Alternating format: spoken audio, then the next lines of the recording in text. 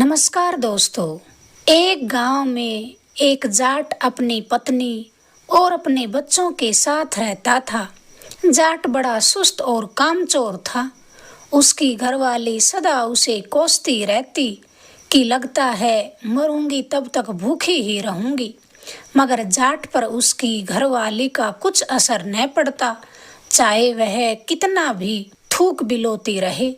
आखिर एक दिन जाटनी ने तंग आकर जाट से कहा, मैं रात दिन काए काए करती हूँ, फिर भी तुम्हारी आंखें नहीं खुलती।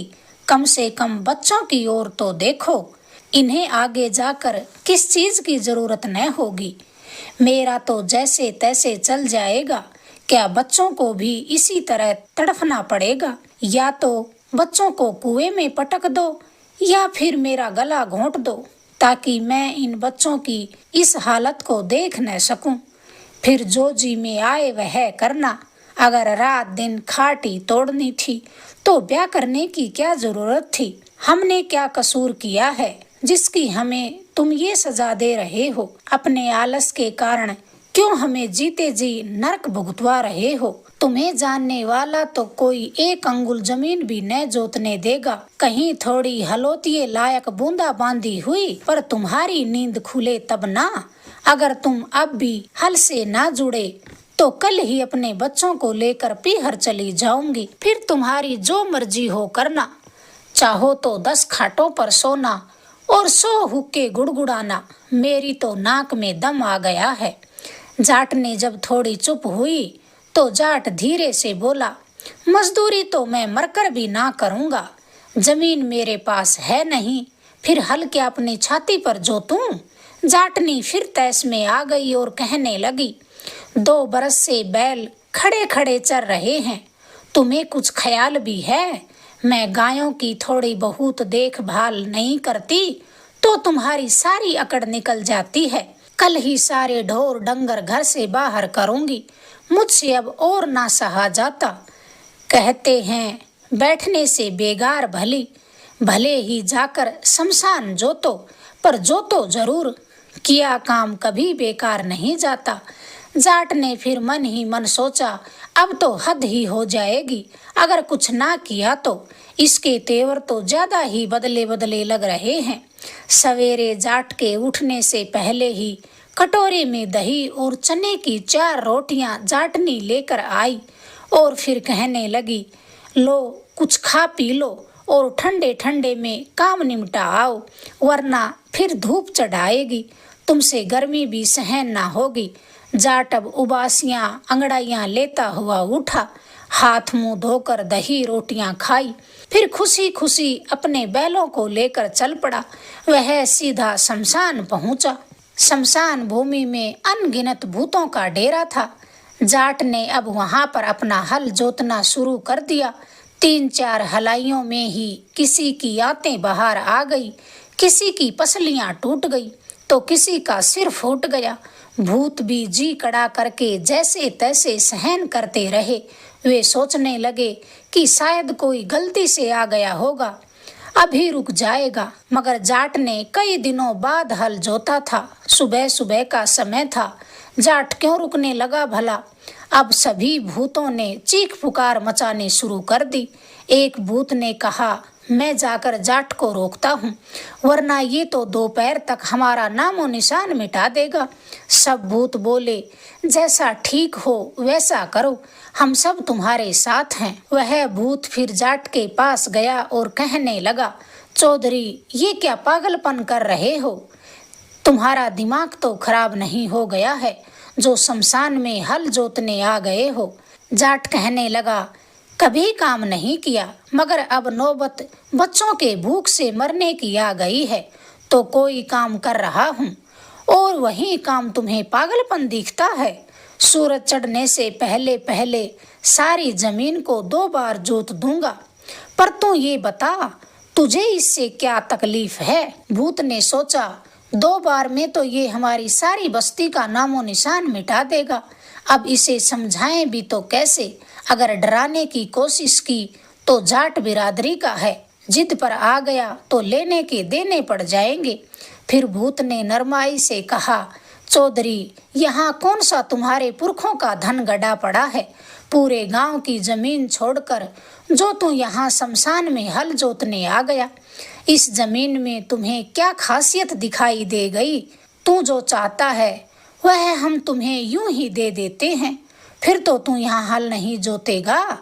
जाट था तो आलसी मगर प्रथम दर्जे का कुरापाती था। सोचने लगा, 4 हलाइयों में ही इतनी बात सध गई, अगर पूरा शमशान जोतूंगा तो पता नहीं क्या हो जाएगा। फिर कहने लगा, तू कौन है जो मेरी इच्छा पूरी करने आ गया? मुझे पूरी बात बता दे, तभी कुछ सोचूंगा। भूत बोला, मैं भूत हूँ, इस शमशान में हमारा कई वर्षों से डेरा है। तुमने हल जोतकर हमारी जड़ें हिला दी। बता, यहाँ अगर तुम बीज बोएगा भी तो कितना अन्न पैदा कर लेगा? जाट पहले तो थोड़ा डरा मगर फिर संभल कर सोचने लगा, डरने से तो बात बिगड़ जाएगी, पीठ ना दिखाई तो भूतों से कुछ ले ही जाऊंगा। फिर जवाब दिया, यहाँ कम से कम 10 बोरी बाजरा होगा। भूतों ने कहा, बिना कुछ किए तेरे घर 10 बोरी बाजरा पहुंचा दूं तो इस जमीन को तू चीरना बंद करेगा? जाट कहने लगा, अगर पक्का वादा करे तो क्यों हल जोतने लगा मैं, मगर ये तो बता बाजरा कब तक भिजवा देगा? भूत बोला, अगले पखवाड़े तेरे घर 10 बोरी बाजरा पहुंचा दिया जाएगा। तू अब हल से हमारी आंतें निकालना बंद कर। जाट ने फिर हल जमीन से बाहर निकालते हुए कहा, अभी तो रुक जाता हूँ, मगर काम समय पर पूरा ना हुआ तो फिर यहीं हल जोतने आऊंगा। भूत ने भी फिर पक्का वादा कर लिया। जाट की तो मुंह मांगी मुराद पूरी हो गई। अपने बैलों को लिए उल्टे पांव घर लौट आया। उसे वापस आता देखा तो जाटनी ने अपना माथा पीट लिया। वह तीर की भांति उसके सामने पहुंची और तनतनाती हुई बोली, तुम नहीं सुधरोगे? क्या हुआ है जो इतनी जल्दी आ गए? खून पसीना एक करना पड़ता है तब जाकर कहीं दाने हाथ आते हैं। अब तुम जानो और तुम्हारा काम जाने। मैं तो ये चली, तुमको समझाना और दीवार से माथा फोड़ना बराबर है। जाट ने कहा, अरे इतनी तेजी मत दिखा, पहले मेरी बात तो सुन। क्यों बेकार में थूक उछाल रही है? मेरी खेती और तरह की है। अगले पखवाड़े 10 बोरी बाजरा घर आ जाएगा, तू बेफिक्र रह। फिर जाट ने सारी बात जाटनी को बताई, मगर जाटनी को आधा भरोसा ही हुआ, उसे पूरा भरोसा ना हुआ।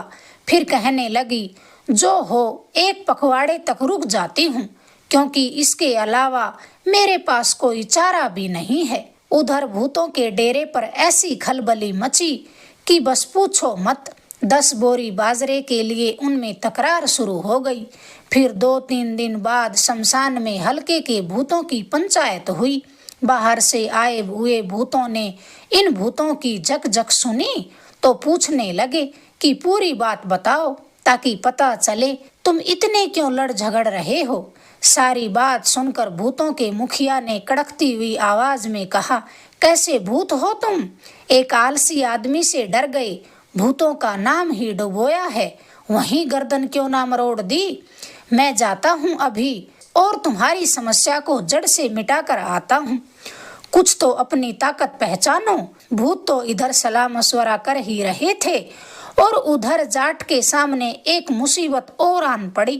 पिछले 3 दिनों से रात को एक जंगली बिलाव आता और सारा दही साफ कर जाता। ध्यान रखते रखते भी वह बदमाश हंडिया को चट कर जाता, मगर आज जाटनी बाहर बिलाव का इंतजार कर रही थी ताकि बिलाव के आते ही जाट की तरफ इशारा कर दे, और जाट भीतर उसकी ताक में मोटी रस्सी की सरक फांसी लिए चौकस खड़ा था। आधी रात हुई तो भूतों के मुखिया ने आले के अंदर से मुंह करके झांका तो जाट ने झट सरक फांसी उसके गले में डाल दी और जोर से झटका दे दिया। भूत के गले पर रस्सी कसते ही उसकी तो आंखें बाहर आ गई। जोर जोर से चिल्लाने लगा, अरे चौधरी, ये क्या कर रहा है? मैं तो भूत हूँ और तेरे काम से ही आया हूँ। जाट ने फिर फंदा थोड़ा ढीला करके कहा, जल्दी बता किस लिए आया है।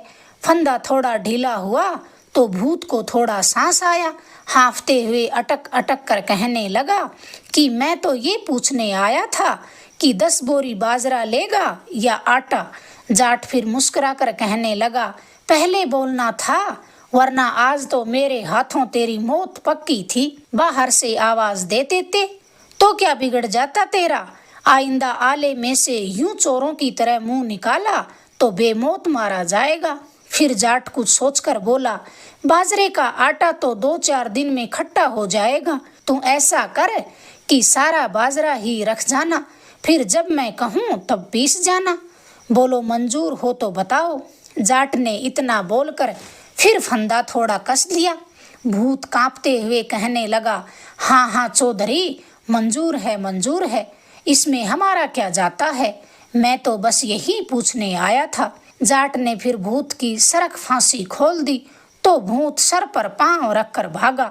उधर शमशान में सारी बिरादरी उसकी राह देख रही थी। जब भूतों का मुखिया शमशान पहुंचा तो सबने पूछा कि बाजरे से पल्ला छुड़ा आए हो। भूतों के मुखिया ने सर नीचे करके कहा, मैंने तो एक और मुसीबत मोल ले ली, बाजरा तो देना ही है, साथ साथ जब चौधरी कहेगा उतना बाजरा रोज पीस कर भी आना होगा। ये बात भूतों ने सुनी तो उनका मुंह उतर गया। तभी एक हट्टा खट्टा पंच कहने लगा, अरे वाह, क्या हिम्मत है इस आदमी की, भूतों के नाम पर तुम सब कलंक हो। यूं उस चौधरी के हम दास बन जाएंगे तो हमारा जीना मुश्किल हो जाएगा। मैं जाता हूँ और इस मुसीबत का खात्मा करके आता हूँ। चौधरी को मच्छर की तरह नामसल कर रख दिया तो तुम कहना। इतना कहकर पंच हवा की गति से जाट के घर पहुंचा और आले में से मुंह निकाला तो अंदर जाट बिलाव को पकड़ने के लिए उसी तरह तैयार खड़ा था। भूत के सर घुसाते ही सरक फांसी उसके गले में आन पड़ी। झटका लगा तो सरक फांसी खींची और भूत की आंखें बाहर आ गई। कहने लगा, अरे चौधरी, ये क्या कर रहा है, मैं भूतों के डेरे से तेरे भले के लिए आया हूँ। जाट ने इतना सुना तो फंदा थोड़ा ढीला कर दिया। भूत पीपल के पत्ते की तरह कांपने लगा और हकलाते हुए कहने लगा, मैं तो ये पूछने आया था कि रोटी बना दे तो कैसा रहेगा, बस इसी बात की तुम्हारी अनुमति लेने आया था। जाट ने कहा, इसमें मुझसे पूछने वाली क्या बात है, ये तो और भी अच्छा रहेगा, मेरी घरवाली की आंखें भला फूटने से बचेंगी। अब ये खामखा की पूछा ताछी छोड़कर अपना वचन निभाओ। इतना कहकर जाट ने फिर सरक फांसी को कसकर पकड़ा ही था कि भूत ने हाथ जोड़ लिए। फिर फंदा छूटा तो भूत 9-2-11 हो गया। जैसे तैसे शमशान पहुंचा और वहां जाकर बेहोश होकर गिर पड़ा। थोड़ी देर बाद बड़बड़ाया, वह आदमी है या घमचक्कर, मैं तो रोटियां बनाने की बला भी सर पर ले आया हूँ। बिरादरी का सबसे बड़ा मुखिया गरज कर कहने लगा, भूतों की इज्जत मिट्टी में मिला आया है। 2 बार तो नाक कटवा ली, मगर लगता है मुझे ही जाना पड़ेगा।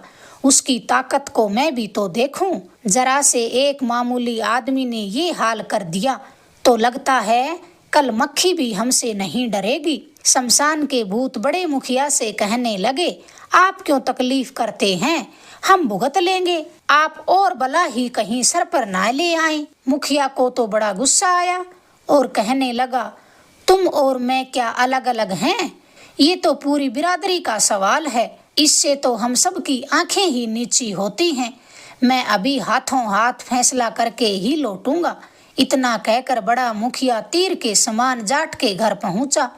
जैसे तैसे जाट को तो उस दिन बिलाव का बंदोबस्त करना ही था, चाहे सारी रात क्यों न जागना पड़े। जाट आले के पास सावधानी से खड़ा ही था कि उसे आले में से कुछ घुसता हुआ नजर आया। उसने सोचा, अब आया है ऊंट पहाड़ के नीचे। उसने आओ देखा न ताओ, झट सरक फांसी उसके गले में डालकर फंदा कस लिया। मुखिया भूत ने सोचा, आज तो मौत पक्की है। जोर से चिल्लाने लगा, मरा मरा, मैं तो तेरे भले के लिए आया था, अरे फंदा तो ढीला कर। जाट ने फंदा थोड़ा ढीला करके कहा कि बार बार क्या फायदे की रट लगा रखी है, मैं तो तंग आ गया हूँ। बताओ, अब जल्दी से बताओ, क्या कहने आए हो। तेरे बाप को तो अभी पकड़ना बाकी है।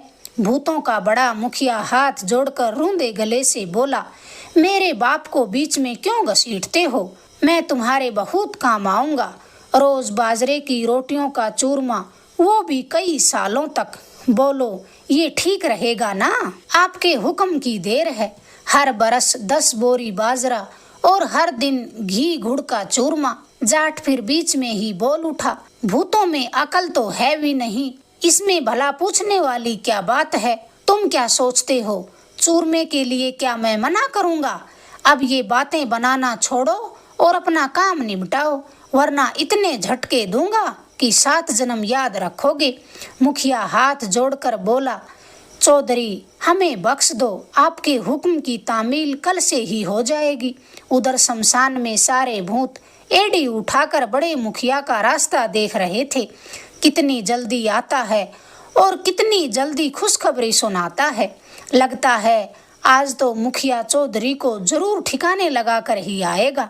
सब भूत आपस में ये बातें ही कर रहे थे कि मुखिया वहां पहुंच गया। उसके चेहरे का रंग फीका पड़ा हुआ था, ना कुछ बोला, बस अपना हाथ सर पर रखकर जमीन पर बैठ गया। मुखिया की हालत देखकर सब भूत समझ गए कि लगता है यह भी कोई नई बला अपने सर पर ले आया है।